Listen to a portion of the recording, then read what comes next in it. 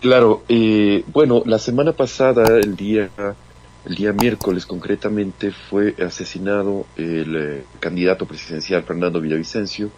Se trata de un crimen cometido por sicarios al servicio del crimen organizado y de lo que se sabe hasta el momento son seis sospechosos que han sido capturados, seis sicarios de nacionalidad colombiana. Se han encontrado sus teléfonos celulares que contienen posiblemente llamadas a políticos ecuatorianos, y no sabemos hasta el momento o más detalles de las investigaciones. Sin embargo, el tema es que este asesinato, este magnicidio, definitivamente ha impactado en el proceso electoral que estamos atravesando. Esto es, esto es La Inquietud con Garrett Edwards. El lugar donde hay más preguntas que certezas.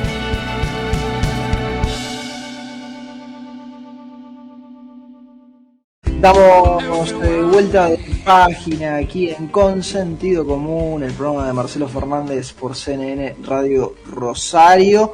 Hemos estado dedicándole, obviamente, por lógica, todo el tiempo de esta mañana a analizar lo que sucede en Argentina, pero la Argentina no es el único país que está en medio de elecciones, no es el único país que está transitando por momentos álgidos, sino que en la región ha concitado la atención de todos lo que tiene que ver con Ecuador, lo que tiene que ver además con el asesinato de Fernando Villavicencio, candidato a la presidencia ecuatoriana. En Ecuador, si yo no me confundo, hay elecciones el próximo domingo 20 de agosto. Por eso tiene la deferencia de atendernos. Está del otro lado de la línea César Ricarte. César Ricarte es el director ejecutivo de Fundamedios, la Fundación Andina de Observación y Estudio Social de los Medios.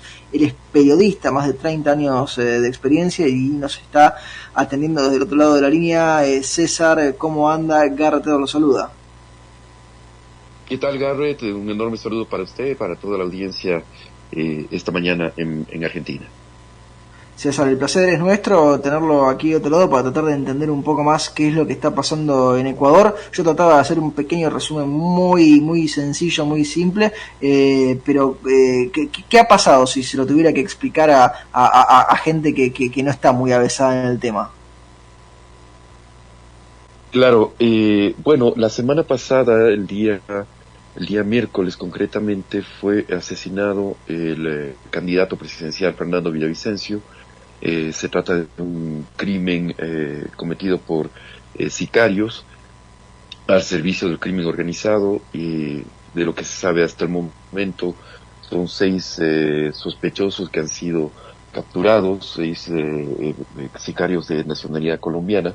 Se han encontrado sus teléfonos celulares que contienen posiblemente llamadas a políticos ecuatorianos, y no sabemos hasta el momento o más detalles de las investigaciones. Sin embargo, el tema es que este asesinato, este magnicidio, definitivamente ha impactado en el proceso electoral que estamos atravesando. El Ecuador va a las urnas el próximo domingo 20 de agosto.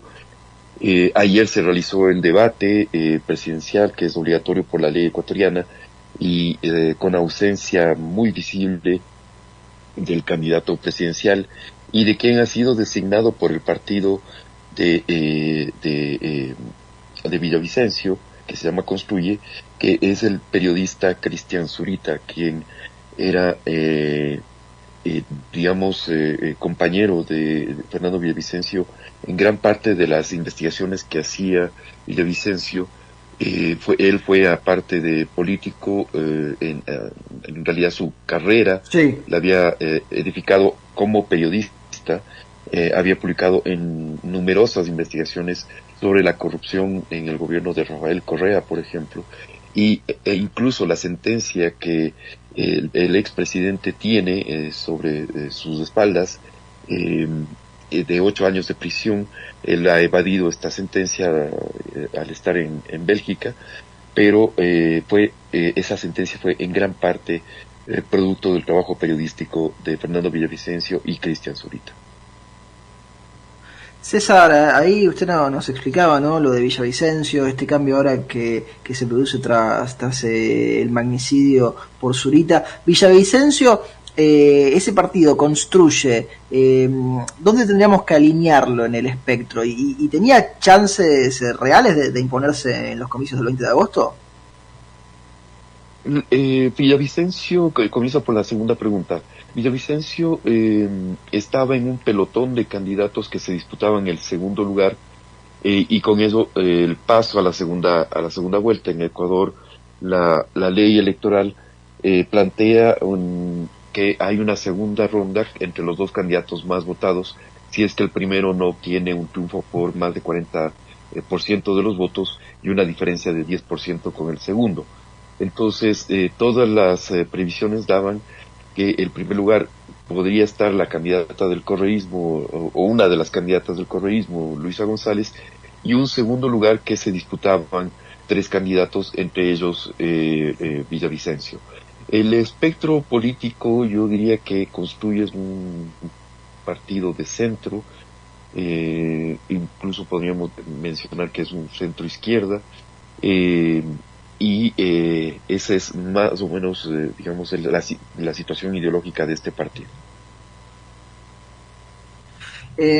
Lo llevo un segundo para otro lado. Aprovechamos que lo tenemos, César, porque seguramente usted ha estado siguiendo lo que ha sucedido en la Argentina, ¿no?, con las elecciones, con un candidato que se ha impuesto, Milei. Más allá del nombre Milei en particular, lo que yo le quiero preguntar es por la experiencia de dolarización en el Ecuador, que es algo que aquí en la Argentina se ha empezado a discutir. Lo propone este candidato que ha ganado en las primarias, el que ha salido con mayor cantidad de votos.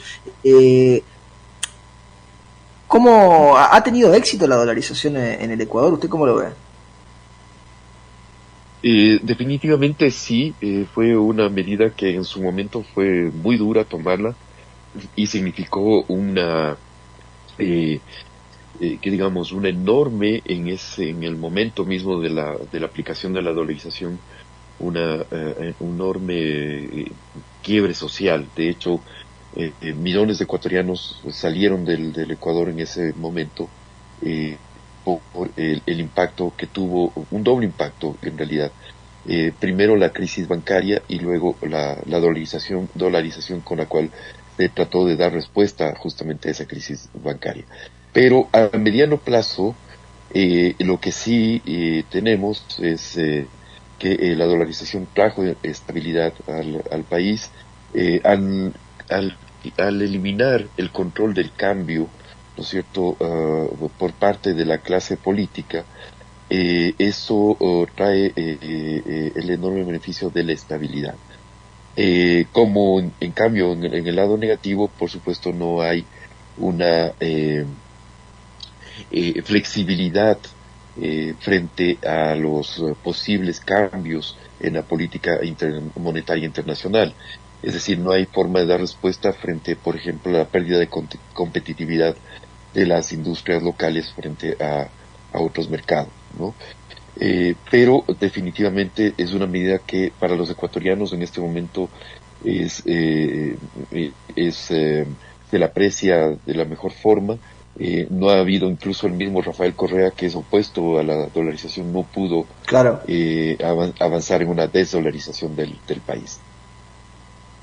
Lo traigo de nuevo al campo electoral, ¿no?, para este 20 de agosto. Ya nos explicó que en principio todo parece apuntar a una segunda vuelta. Esa segunda vuelta en el Ecuador, ¿cuándo sería?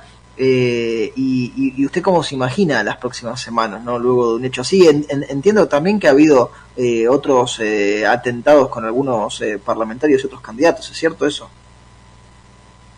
Sí, correcto. Los próximos días van a ser muy intensos, como les mencionaba al inicio.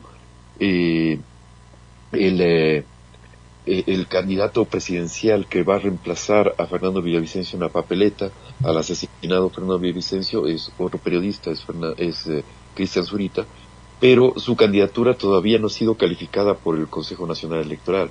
Entonces es algo que esperamos que se dé en las próximas horas, y que el nuevo candidato pueda realizar por lo menos algo de campaña, porque en este momento oficialmente no estaría en posibilidades de realizar campaña electoral. Definitivamente esto tiene un impacto, el magnicidio de Fernando Villavicencio tiene un enorme impacto en el mismo proceso electoral, en la forma en que se está realizando estas elecciones. Es evidente que se ha alterado el proceso electoral, la integridad de las elecciones, y esto va a tener un impacto notorio en los resultados del próximo domingo. César, ha sido muy amable con el tiempo que nos ha dedicado y que nos ha prestado aquí para con nuestra audiencia. Le agradecemos mucho y le mandamos un fuerte saludo. Igualmente, gracias Garrett, un saludo para usted, para toda la audiencia, y siempre a las órdenes. Lo teníamos a César Ricarte desde Ecuador, ayudándonos a entender un poco más lo que sucede en el país hermano. Él es el CEO de Fundamedios, la Fundación Andina de Observación y Estudio Social de los Medios. Hablamos también de dolarización para tratar de entender un poco del ejemplo ecuatoriano, y lo hacíamos aquí en Con Sentido Común. Por CNN Radio Rosario. Ya son las 11:28 de la mañana, nos vamos acercando, me imagino, a un separador y luego las noticias. Esto fue La Inquietud con Garrett Edwards. Síguenos en redes sociales y en www.edwards.com.ar.